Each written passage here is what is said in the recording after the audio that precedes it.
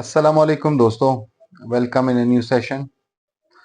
Last जो session था हमारा पार्ट 1 एग्जीक्यूशन ऑफ डिक्री के बारे में, उसमें हमने डिस्कस किया था और लास्ट में हम कंक्लूजन पे जब आए थे और हमने उस वीडियो में इस बात का जिक्र किया था the executing courts have same powers the court which the decree has been transfer to it. ठीक है, वो जो एग्जीक्यूटिंग कोर्ट है उसके पावर्स और जो जिसको डिक्री ट्रांसफर की गई हो उस अदालत की जो पावर्स होंगे वो सेम होंगे। वो पावर्स कौन कौन से हैं हमने कहा था कि नेक्स्ट वीडियो में हम डिस्कस करेंगे इस चीज़ को। तो चलिए अपने टॉपिक की तरफ आज हम डिस्कस करेंगे जो पावर्स है एग्जीक्यूटिंग के कोर्ट के वो कौन कौन से हैं और किस सेक्शन के तहत वो पावर्स एग्जीक्यूट होते हैं। तो चलिए अपने टॉपिक की जाने। हमारा टॉपिक था पावर्स ऑफ एग्जीक्यूटिंग कोर्ट। जो पावर्स हैं एग्जीक्यूटिंग कोर्ट के वो कौन कौन से हैं। सबसे पहला हमने इस बात को डिस्कस किया था कि द ट्रांसफर ऑफ एग्जीक्यूशन। देखिए, जो एग्जीक्यूटिंग कोर्ट है उसके पास वही इख्तियार है और ये इख्तियार वो एक्सरसाइज कर सकता है जो उसने डिक्री पास की होती है, उस डिक्री को वो ट्रांसफर कर सकता है किसी और अदालत जहां पे उस शख्स के खिलाफ जिसके खिलाफ डिक्री पास हुई है उसकी जो प्रॉपर्टी मौजूद होगी और वो उस जुरिस्डिक्शन जो है ना उस प्रॉपर्टी की जुरिस्डिक्शन किसी और सिविल अदालत की जुरिस्डिक्शन में होगी। तो वो अपनी डिक्री को upon the application of the decree holder वो क्या करेगा, डिक्री को ट्रांसफर करेगा टू अनदर कोर्ट, उस सिविल कोर्ट जहां पे उस जो जजमेंट डेटर होगा जिसके खिलाफ डिक्री पास हुई होगी उसकी प्रॉपर्टी वहां पे मौजूद मौजूद हो कि वो डिक्री को एग्जीक्यूट करे। ये जो पावर है ट्रांसफर ऑफ द एग्जीक्यूशन ये है अंडर सेक्शन 39 सीपीसी के। जो डिक्री होल्डर है वो एप्लीकेशन देगा एग्जीक्यूटिंग कोर्ट को कि इस डिक्री को ट्रांसफर किया जाए। फर्ज करें जैसे कि मैंने कल एक मिसाल दिया था, कोयटा की अदालत ने एक डिक्री पास की है लेकिन जिसके खिलाफ वो डिक्री पास हुई है उसकी जो जायदाद है वो चमन में मौजूद है, लेकिन यहाँ की जो कोर्ट है वो एग्जीक्यूट नहीं करवा सकती चमन में अपनी डिक्री को।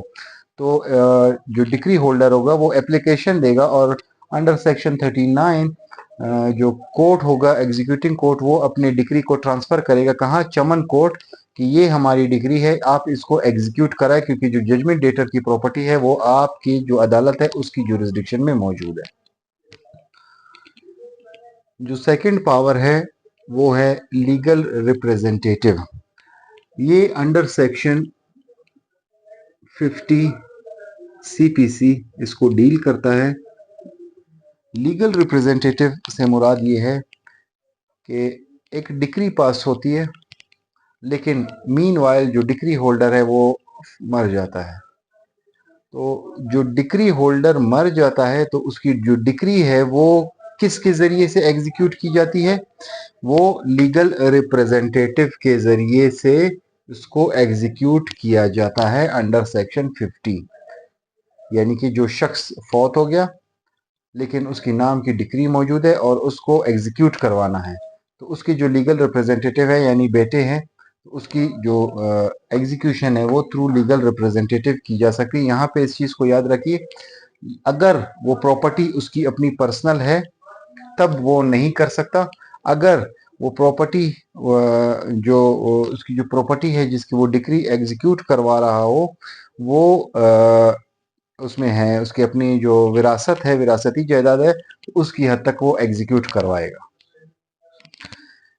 इसी तरह से जो थर्ड क्लरिकल जो पावर है वो है क्लरिकल और अर्थमेटिकल मिस्टेक्स और एरर्स।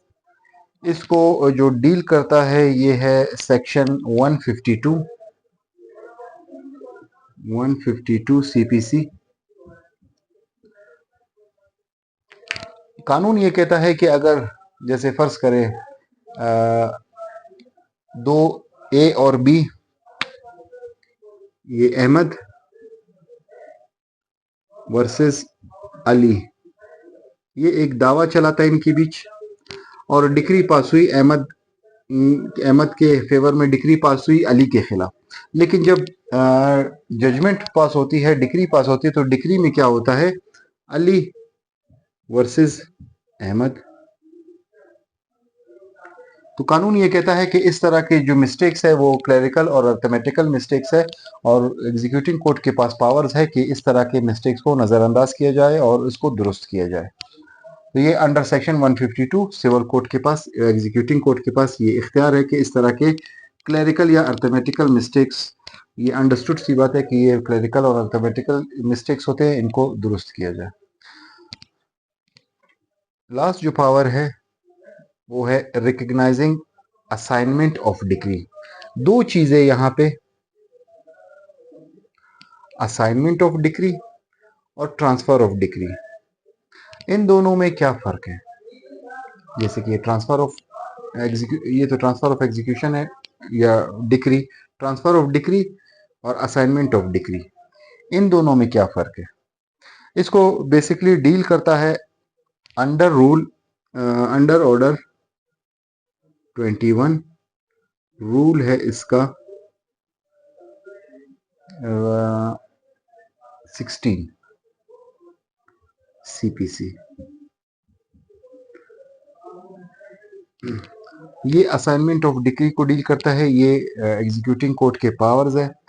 इन दोनों में जो फर्क होता है, जो कॉमन फर्क ये होता है कि एक डिक्री है जो पास हुई है और मैं उसको ट्रांसफर करता हूं अपॉन माय एप्लीकेशन, मैं करता हूं उसको ट्रांसफर, तो उसको कहते हैं ट्रांसफर ऑफ डिक्री।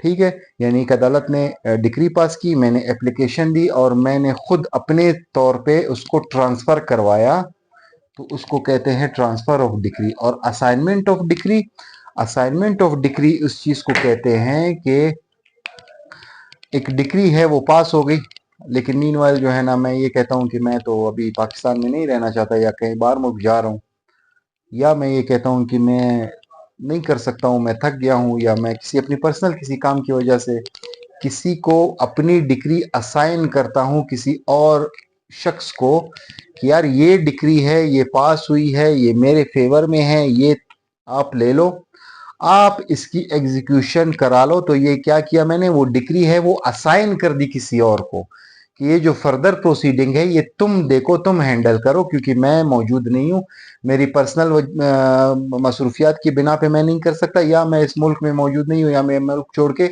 जा रहा हूँ, ये मेरी प्रॉपर्टी है, ये डिक्री है अदालत की, और मैं अपने बिहाफ पे किसी और को असाइन करता हूँ कि ये डिक्री आप ले लो, आप इसको फर्दर प्रोसीड करो, इसकी एग्जीक्यूशन में आप जाओ, तो उसको कहते हैं असाइनमेंट ऑफ डिक्री। इसके अलावा जो सेक्शन 43 है, सेक्शन 44 ओमिटेड है, और जो बाकी सेक्शंस है वो जो डिक्री है outside of the country execution हो सकती है, नहीं हो सकती, तो जो लोकल लॉज है वो outside of the country execute नहीं हो सकते। इसमें मैं एक आसान सी मिसाल ये दे दूं कि जब भी कोई इसकी मिसाल ऐसे ले कि जब नवाज शरीफ के खिलाफ केसेस वगैरह बनते हैं तो वो बाहर मुल्क क्यों भाग जाता है, या किसी भी सियासतदान के खिलाफ जब कोई केस बनता है तो वो बाहर मुल्क क्यों भाग जाता है? वो इसलिए भाग जाता है क्योंकि जो पाकिस्तान की कानून है वो बाहर एप्लीकेबल नहीं है, तो लिहाजा वो इसलिए भाग जाते हैं क्योंकि वो एग्जीक्यूशन उनकी इम्पॉसिबल होती है, इसलिए और सेक्शन 44 है वो ओमिटेड है।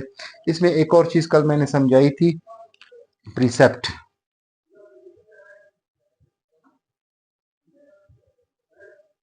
Precept under section 46 CPC। Precept basically क्या है, कल भी हमने डिस्कस किया था, आज इसको थोड़ा सा, क्योंकि ये भी पावर्स है कोर्ट के, एग्जीक्यूटिंग कोर्ट के पावर्स में ही आता है ये प्रीसेप्ट। देखें, जब कोयटा की अदालत ने एक डिक्री पास की और upon the application of decree holder, जिसके फेवर में वो डिक्री पास हुई है, वो एप्लीकेशन देता है कि इस डिक्री को ट्रांसफर किया जाए चमन की अदालत। चमन की अदालत इसलिए इसको ट्रांसफर किया जाए क्योंकि जजमेंट डेटर जिसके खिलाफ डिक्री आई है उसके जो तमाम जायदाद चीजें हैं वो कहाँ पे है, चमन में मौजूद है। ठीक है, चमन में आपको इस बात का खदशा है। देखिए हमने कल भी इस चीज को डिस्कस किया था कि जब भी कोई एप्लीकेशन होती है या कोई अपील होती है तो उसमें नोटिस होते हैं, फिर रिप्लाई आता है, फिर आर्ग्यूमेंट्स होते हैं, फिर उसका क्या आता है, फैसला। इसमें इस प्रोसीजर में लगता है टाइम, और आपको इस चीज का खदशा हो कि यार इतने जो ये जो टाइम है, ये जो प्रोसेस है, ये टाइम गेनिंग है, कहीं ऐसा ना हो जो जजमेंट डेटर जिसके खिलाफ फैसला आया है, ये ट्रांसफर एग्जीक्यूशन ट्रांसफर करने से पहले वो जो चमन की प्रॉपर्टी है वो बेच दे और वहां पे कोई चीज मौजूद ही ना हो। तो ऐसे में एप्लीकेशन जब देंगे तो जो एग्जीक्यूटिंग कोर्ट होगा, एग्जीक्यूटिंग कोर्ट कौन सा, जो जिस कोर्ट ने डिक्री पास की है, जब वो कोर्ट होगा वो क्या करेगा, एक अंडर सेक्शन 46 एक प्रीसेप्ट जारी करेगा। प्रीसेप्ट जारी करेगा, अगर इसको मैं आसान अल्फाज में ये कहूं तो एक स्टे ऑर्डर जारी करेगा। देखिए जब हम कोई दावा फाइल करते हैं किसी जायदाद के खिलाफ तो हम एक stay under order 39 rule 1 and 2 की एक एप्लीकेशन फाइल करते हैं उसी दावे के साथ, जिसमें हम ये कहते हैं कि ये शख्स कहीं अपनी प्रॉपर्टी कहीं ये जो डिस्प्यूटेड प्रॉपर्टी है इसको बेच ना दे, इसको डिस्ट्रॉय ना कर दे, या इसको किसी ना के नाम पे ट्रांसफर ना कर दे। तो हम ऑर्डर 39 रूल 1 एंड 2 में जाते हैं। तो एग्जीक्यूशन में ऑर्डर 39 वो रूल 1 एंड 2 तो आप दे नहीं सकते, क्योंकि वो तो आपने फर्स्ट इंस्टेंस जो मेन दावा है वो तो उसका हिस्सा है, वो तो उस दावे में आपने लगाना होगा, और आपकी जो प्रोसीडिंग चल रही है वो एग्जीक्यूशन प्रोसीडिंग है। तो ऐसे जब आपको इस चीज़ का खदशा हो तो जब आप एप्लीकेशन फाइल करेंगे ट्रांसफ़र की तो इस खदशे का भी उसमें जिक्र करेंगे, और अंडर सेक्शन 46 जो एग्जीक्यूटिंग कोर्ट होगा जिसको आपने एप्लीकेशन दी होगी ट्रांसफर के लिए, वो क्या करेगा, प्रिसेप्ट जारी करेगा। किस कोर्ट को, उस कोर्ट को, चमन की कोर्ट को जहां पे उसकी प्रॉपर्टी मौजूद है, और उस कोर्ट को ये कहेगा कि ये हमारे कोर्ट की डिक्री है, इसको एग्जीक्यूट करना है। मीनवाइल जो इस जजमेंट डेटर की जो प्रॉपर्टी है, उस प्रिसेप्ट में उस जजमेंट डेटर की जितनी भी प्रॉपर्टी की डिटेल्स होंगी वो मौजूद होंगी, लिहाजा उसको अटैच किया जाए कि वो फर्दर उसको बेचे ना, फर्दर उसको कंस्ट्रक्ट ना करे, फर्दर थर्ड पार्टी इंटरेस्ट कोई क्रिएट ना हो। तो ये भी एग्जीक्यूटिंग कोर्ट के अंडर सेक्शन 46 प्रिसेप्ट पावर्स हैं। इसके अलावा जो मैंने कहा कि 44 और 43 ओमिटेड है, और बाकी जो पावर्स है वो outside of the country which is not executable. तो दोस्तों आज ये जो था हमारा ये एग्जीक्यूटिंग जो एग्जीक्यूशन ऑफ डिक्री का जो चैप्टर था हमारा, ये टॉपिक था, उसका पार्ट 2 था। हमने पहले डिस्कस किया कि what is execution of decree. आज हमने पावर्स ऑफ एग्जीक्यूटिंग कोर्ट, जो एग्जीक्यूटिंग कोर्ट्स है उसके पावर्स डिस्कस किए। कल जो हमारा थर्ड पार्ट होगा उसमें हम डिस्कस करेंगे मोड्स ऑफ एग्जीक्यूशन के, एग्जीक्यूटिंग कोर्ट किन मोड्स के ज़रिए अपनी डिग्री को एग्जीक्यूट करवा सकती है। तो दोस्तों आज के लिए इतना ही। अगर कोई कमेंट सेक्शन, कोई सवाल पूछना हो तो वो कमेंट सेक्शन में सवाल पूछ सकते हैं। आपके सवाल हमारी बेहतरी के लिए होते हैं ताकि हम मज़ीद अपने लेक्चर्स को और अपनी वीडियोस को बेहतर से बेहतर बना सके, ताकि आपको जो इन्फॉर्मेशन है वो करेक्टली पहुंच सके। So thank you so very much. आज के लिए इतना ही। Thank you for watching me.